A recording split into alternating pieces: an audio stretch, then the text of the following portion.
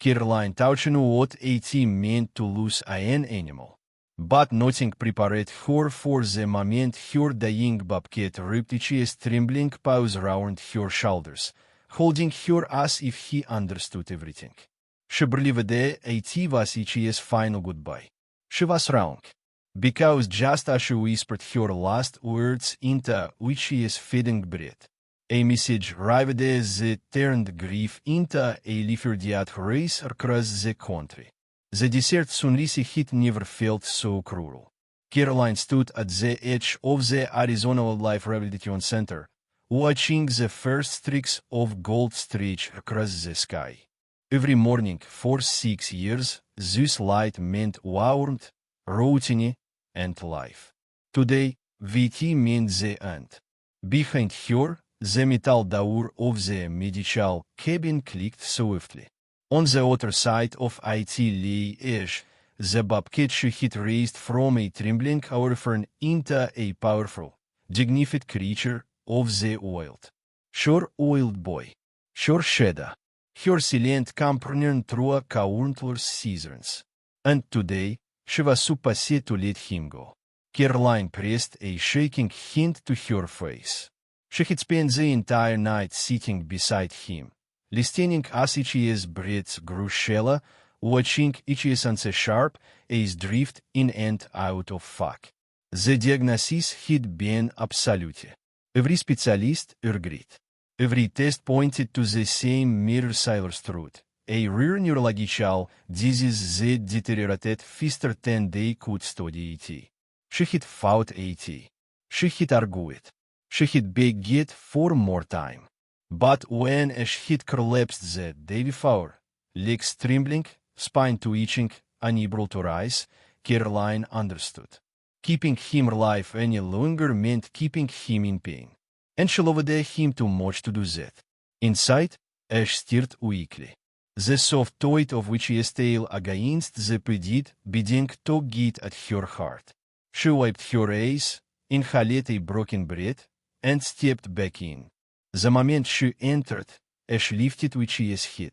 Slowly, with effort, his ears flicked once, and he made a low, familiar chirp, the sound he always made when greeting her at dawn.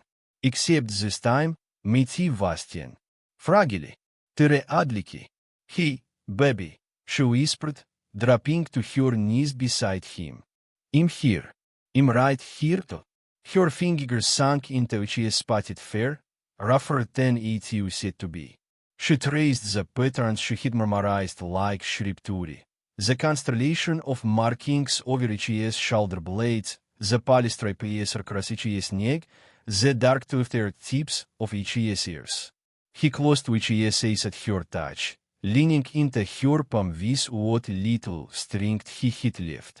The world outside continued waking, birds calling, wind shifting, the desert coming alive, but inside the cabin, time stayed painfully still. Caroline wished she could freeze this moment, protect him from what came next, protect herself from it. But the sound of tires crunching the gravel snubbed the silence. She stiffened. They were here. Ray stepped into the doorway moments later, gentle, steady, carrying the small metal case containing the 2 injections Caroline had dreaded for weeks. A sedative. And the final dossier. Her voice was soft. Caroline, we can wait a minute if you need. Not? Caroline swallowed hard. If he has to go, I want him to go now ring him with him. Ray's nodded. Caroline leaned forward, pressing her forehead to Ash. You don't have to fight anymore, sweetheart, she whispered. You've been so brave. I love you. I stay with you till the very last breath. Ash exhaled slowly, bitchy whiskers brushing her cheek. And just as Ray's approached with the sedative, Ash suddenly pushed himself upward and ripped his weak forelegs around Caroline's shoulders. A hug. A desperate, trembling, impossible hug. Caroline froze, tears spilling, breath breaking. Onroer zit in less than 3 minutes. A message ut arrive zit ut shatter everything считаючину about goodbye. So it was nothing like it once had been.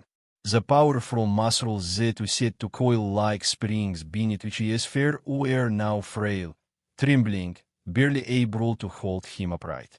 And yet, somehow, he pushed himself forward, and ripped which his paws round Carolina's shoulders. Caroline froze. She could feel which his heart beating through which his ribs, weak but wild, as if begging for one last chance to be heard. Which his chin pressed against her collarbone in a clumsy, desperate embrace he had never done before. Not once in 6 years. Not even in the early days when he was a tiny, terrified kitten clinging to survival. Ash, she whispered, her voice cracking. Bobby, what are you doing? Which his claws didn't dig in. She was careful, even in his weakness. He just held her. A soft, broken sound came from his throat. Hif-purr, hif-cry. The kind of sound an animal makes when every instinct says not yet. Dear Rhys Frosto. The syringe dangled in her fingers, the plunger unmoved. Oh my God, she murmured, stepping back. The vet took beside her lard which is hit, unable to watch, the weight of the moment crushing even the professionals who had done this many times before. Caroline pressed her face into Ash's fur, tears spilling freely. It's okay, she whispered. I'm here, sweetheart. I'm right here too. But the hope didn't loosen. If anything, Ash clung tighter. 10. The cabin door flew open. Ben, the vet technician who had slipped out a moment earlier, rushed in holding Vichi's phone like it was burning Vichi's hand. Maria, stop, he shouted, voice shaking. Don't give the injection. You need to see this. Now to... Dr. Rhys blinked, startled. Ben, what? It's Gr turn, he said, thrusting the screen toward her. He just emailed. 10 minutes ago. Caroline looked up, stunned and disoriented. Who's Gr turn? The micrology specialist from the Appalachian Institute, Dr. said, already grabbing the phone. Her voice had changed, suddenly sharp, tensy, alert. We sent him Ash's last samples. The ones without were just confirmation. She scanned the email. Her eyes moved fast. 10 faster. 10 they stopped. Her breath caught. Carolina's stomach flipped. Maria, what is it? The vet didn't look up. Her hand tightened around the phone, knuckles white. Her voice wasn't steady anymore. He thinks, she whispered, swallowing hard. He thinks the diagnosis is wrong. Carolina's heart slammed against her ribs. What? Dr. Rhys exhaled shakily. I've seen this symptom pattern before, not in bobcats, but in black bears. And the tests. She looked at the syringe in her hand, as if it were suddenly something dangerous. He says these tests can show false positives in young carnivores. Carolina's head spun. Her hands trembled against Ash's fur. So, what does that mean? Métis means, Dr. said, her voice trembling. He believes this isn't neurological at all. The word tilted. Not neurological. Not the fatal condition they had agonized over 4 months. What is it? Tang. Caroline asked. Dr. read the next line. Slowly. Disbelieving. He thinks it's a severe systemic fungal infection, a rare Asperger strain that mimics the symptoms almost perfectly. She looked up at Caroline. Caroline, he says it's treatable. Everything stopped. Every sound. Every breath. Treatable. The word fell into the room like a spark into DRY leaves. Caroline felt Ash slip weakly back to the bedding, exhausted from the hawk. She lured him gently, her hands shaking so hard she could barely control the arm. Maria, she whispered. If here is even a chance. Rys nodded, tears in her own eyes. There is. But we need to get him to town. Fast though. Caroline stood up, shaky, pale, breathless, but with a fire she hadn't felt in months. Then we go, she said. Whatever it takes. You're not losing him to it. The moment the old treater entered the room, everything changed there. Grief evaporated, replaced by a wild, electric urgency that made Caroline feel as if she'd just been pulled from under earth. 1 second she had been kneeling beside Ash, whispering her goodbyes. The next, she was on her feet, heart pounding with a fierce, burning purpose. Rys wiped her face, composed herself, and switched from Saura to action in seconds. We need permits, she said, already dealing a number. Interstate transport for a category 4 wild animal. It's going to be a nightmare, but you fight it to. Ben grabbed the reinforced transport crate from the supply room. Caroline crouched beside Ash, stroking Witch's cheek gently. You hear that? She whispered. You're not giving up. Not today. Not ever to. Ash blinked slowly, as if trying to understand, Witch's breath soft against her wrist. The vet's office turned into a war room. Phones rang non-stop. Emails flew. Medical kits were laid out across countertops. Every minute mattered. Rys was on the phone with efficient wildlife, explaining the urgency. Ben was printing emergency forms. Caroline stood by the exam table, signing whatever papers were placed in front of her. Caroline. Rys called, covering the mic. Town is ready to accept him immediately. But he says the fungal strain he suspects progresses fast once it reaches the brain. We have to move now to. Caroline nodded. Just tell me what to do. Start packing what Ash needs for a long transport, the vet said. And call someone to drive with you. You can't do this alone. The words hit her. She hadn't even thought about herself. Not once. Shins shaking, she pulled out her phone and dialed the only person she could trust with this. Kelly, her best friend, her anchor, a park ranger who understood the weight of losing an animal as deeply as she did. Kelly picked up on the second ring. Caroline, what happened? You sound.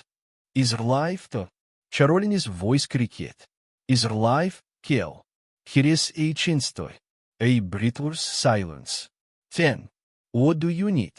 I have to fly with him to Tennessee tonight. I can do it alone. Please to. You won't, Kelly said instantly. Tell me the fly number. I'm already picking to. Charoline's eyes filled again, but this time, with a different kind of tears. Within 2 hours, they hit emergency clearance for a temporary interstate wildlife transport. They hit a cargo fly booked from Phoenix. They hit sedition approved for the travel. They hit every document stamped, faxed, emailed, and reapproved. But Ash was feeding again. Caroline knelt beside him as being set up 4 fluids for the trip. Witch's breath rattled swiftly, and Witch's eyelids fluttered. Just a little longer, sweetheart, she whispered. Hold on for me. You're getting you helped. By late afternoon, they loaded him gently into the reinforced travel crate, padded, insulated, temperature controlled. Caroline climbed into the back of the transport van beside him, keeping one hand through the mesh, touching Witch's fear the entire drive to Phoenix. The desert rolled past the windows in a blur of orange and gold. Every mile felt like a heartbeat. Every heartbeat felt like a countdown. At the cargo terminal, Kelly was waiting, backpack slung over her shoulder, eyes red from rushing and weary. You ready? She asked. No, Caroline admitted honestly. But we don't have a choice to. The workers secured are secret in the limited-controlled compartment beneath the plane. Airline carried a small monitor that sensitive which is vital through a tiny sensor on its harness. She and Kelly boarded the main cabin. The plane engines roared to life. And as Phoenix shrank below them, Caroline stared at the small screen blinking in her hands. Watching every rise and fall of Ash's fragile heartbeat, praying he would survive the fly. Because Tennessee was each's only chance. The plane rose into the night sky with a trembling roar, a sound that vibrated straight through Caroline's chest. She sat rigid in her seat, fingers locked around the small vital monitoring device connected wirelessly to Ash's travel crate in the cargo hold. A tiny green light flashed with each heartbeat. Steady, then shaky, then steady again. Every flicker made her own heart lurch. Kelly sat beside her, quiet, watching, giving her space but refusing to look away. Is fighting? She murmured. That's all that matters right now to. Caroline nodded, but her voice was trapped somewhere deep in her throat. The cabin lights dimmed, casting the plane in a soft golden glass that felt painfully compared to the storm raging inside her chest. Out the window, the desert darkness stretched endlessly. Black silhouettes of mountains. Distant pinpoints of ranch lights. A word Ash might never see again, only she got him to Tennessee in time. A southern turbulence boom jolted the aircraft. The monitor beeped. Caroline's breath stopped. Is he okay? Is he okay? A god. Kelly placed a steadying hand over Caroline's. The turbulence shook the sensor. Look, Bitchy's heart rate is still there. See. The number stabilized after a moment, blinking swiftly. Caroline sagged back into her seat, shaking. She was exhausted, far beyond physical fatigue. This was the exhaustion that came from weeks of grief. 1 hour of hope, and a future balanced on the fragile heartbeat of an animal who meant everything to her. Minutes crawled by like hours. Caroline closed her eyes. Images flashed behind them. As a starved kitten, clinging to life. As stalking a toy with overseized paws. As curled against the warm rock in which's enclosure. As pressing which's hit into her palm with the deep, yinging rumbling purr. She swallowed hard. Kelly, what if we put him through all this just to lose him in the air? Kelly leaned forward, her tone gentle but unshakably firm. Listen to me. You didn't put him through anything. You were trying to save him. He knows IT. And if there is a chance, even a tiny one, this is exactly where you're supposed to be. Caroline turned the monitor toward her chest, holding it like something secret. I just don't want him to die scared. Or alone to. Kelly squeezed her hand. Then he won't. Because you're right here.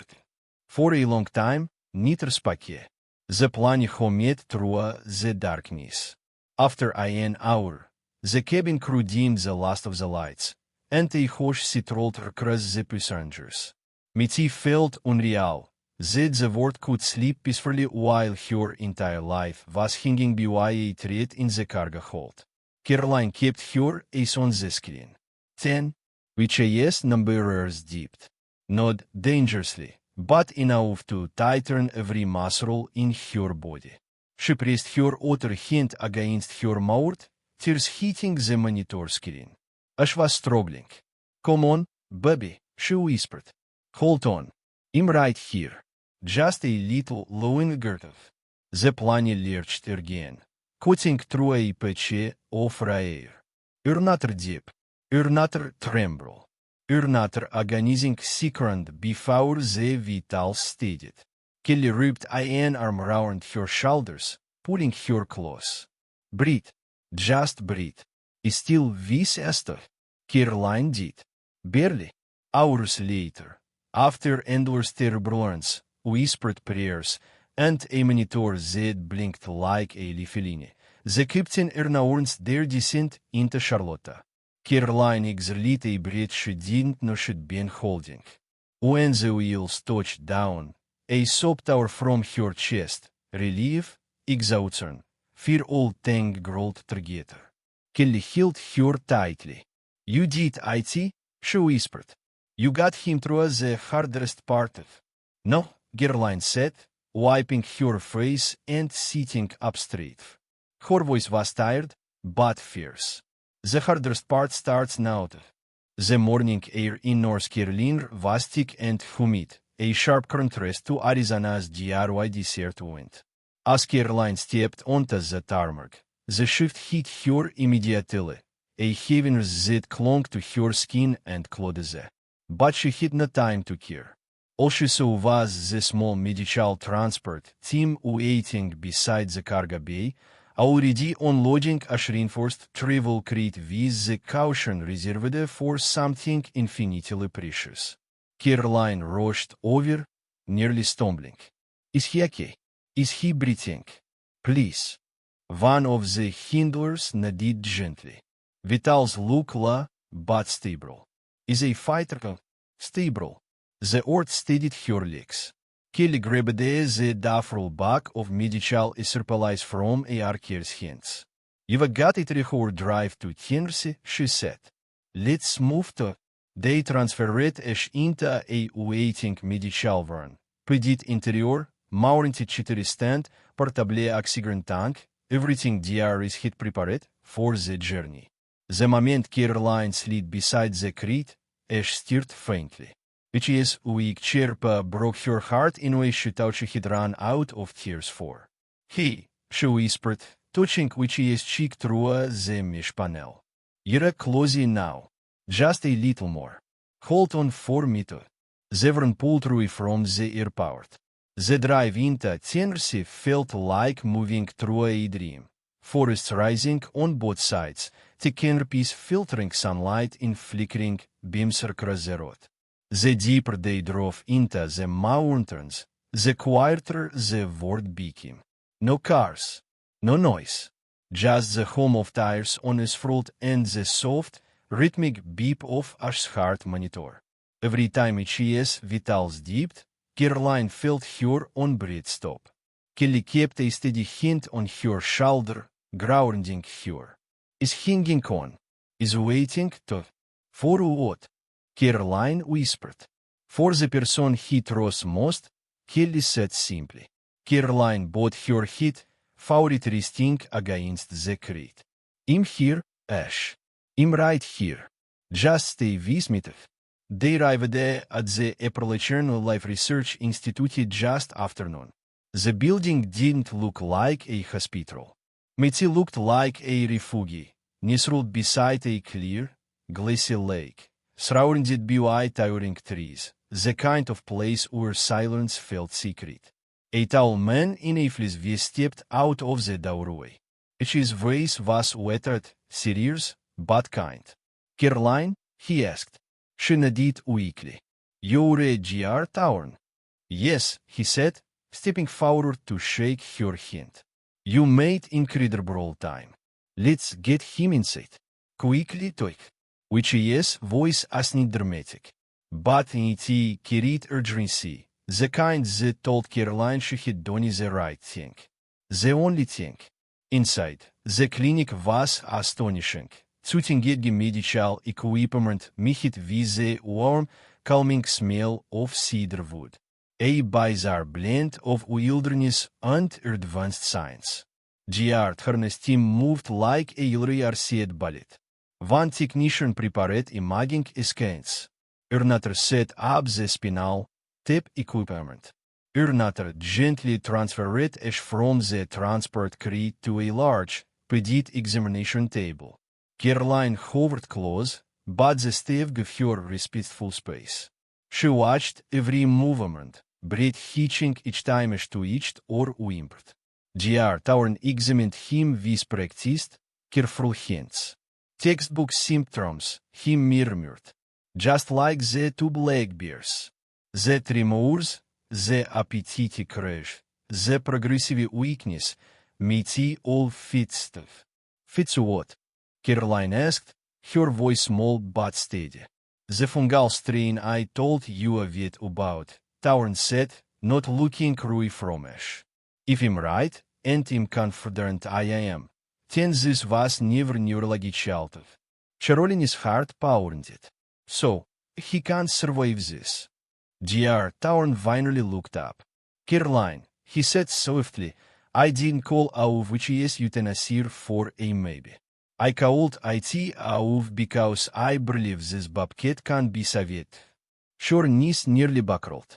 Kelly grabbed her arm, steadying her. You know for sure once we can complete the spinal tap and PCR panel, Dr. Tauren continued. It will take a few hours. While we work. He pointed toward a staircase leading to a small secret floor. You and your friend should rest. You both look like you're about to collapse. But Caroline didn't move.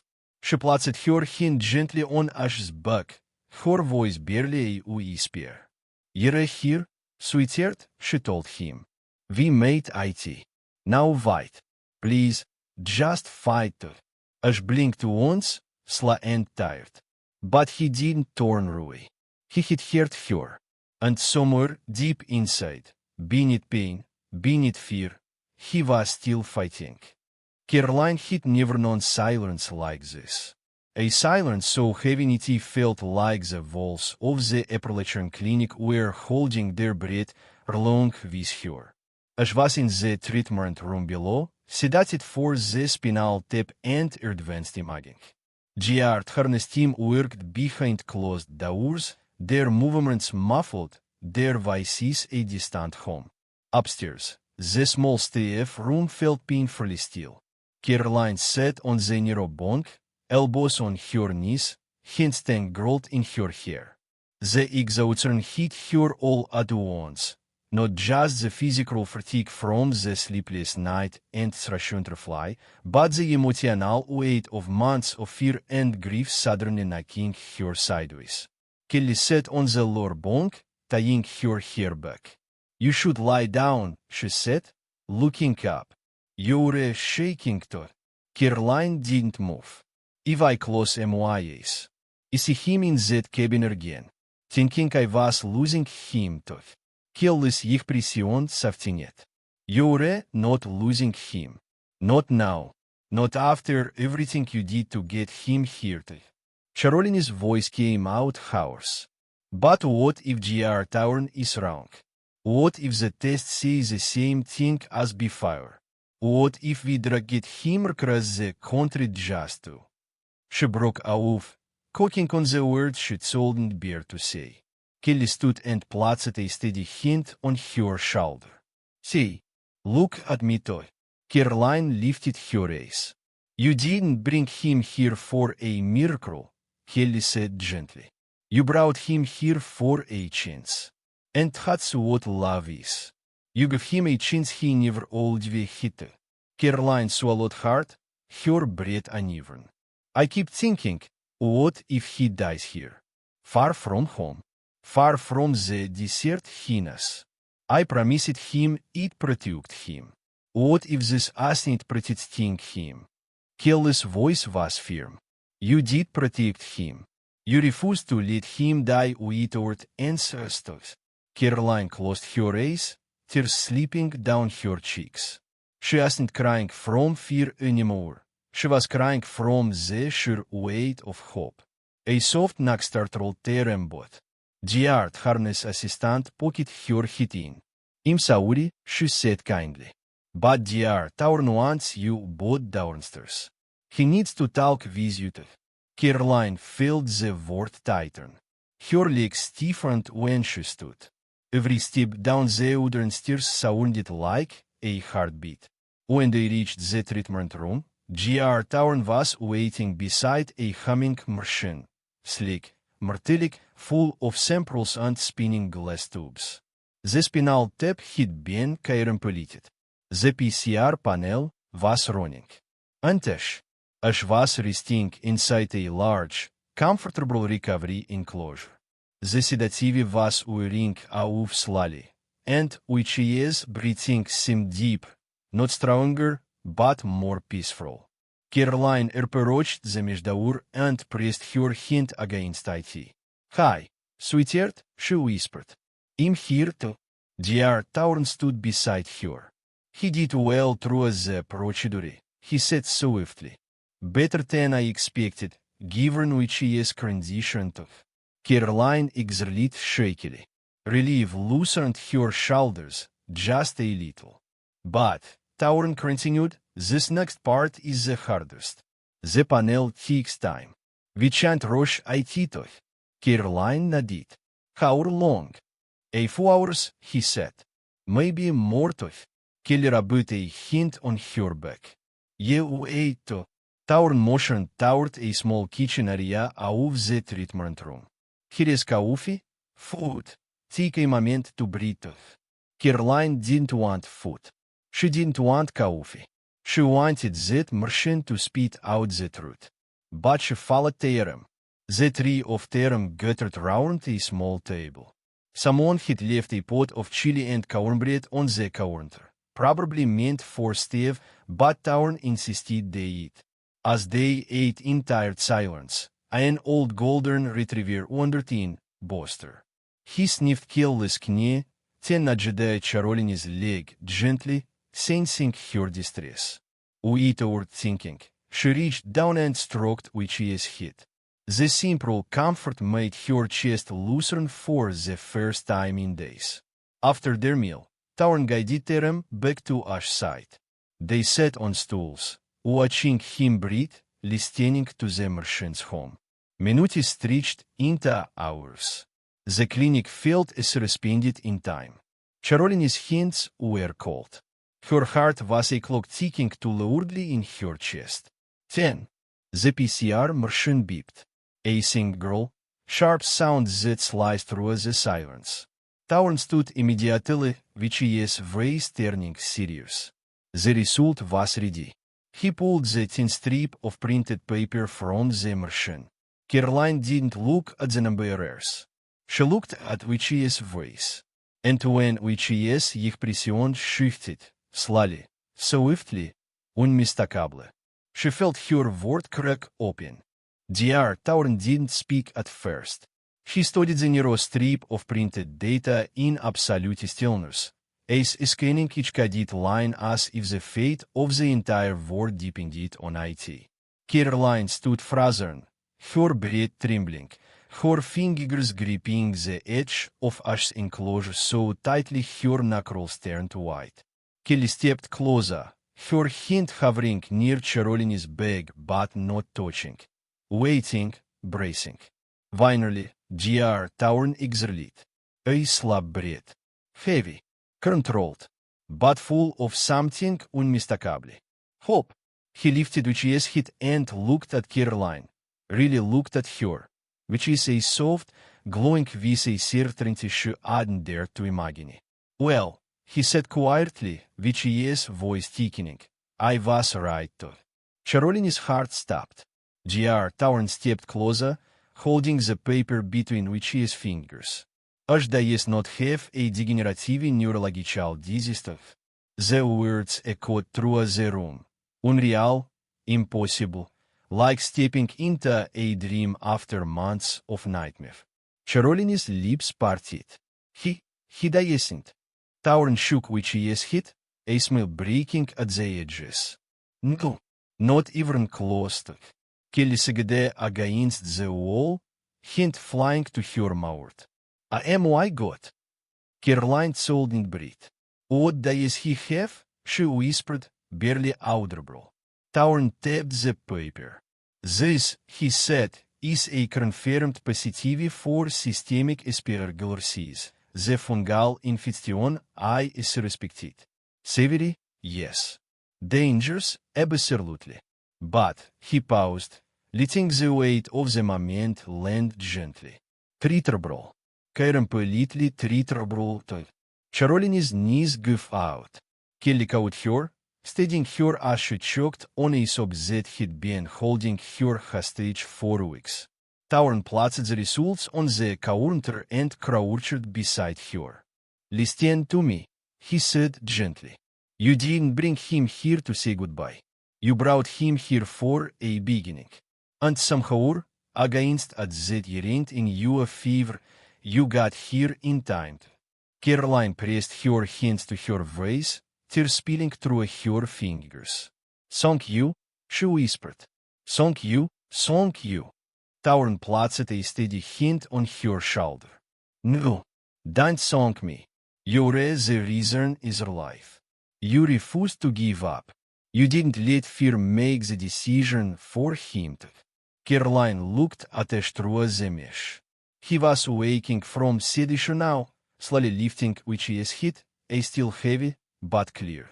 Not sharp, not strong, but no longer fading. Bitch's ears twitched when he saw her. She made a soft, breathy chirp. The sound shattered her. She rushed to the mesh. Hush, she whispered, voice breaking. Baby, you're staying with me. Do you hear me? You're staying too.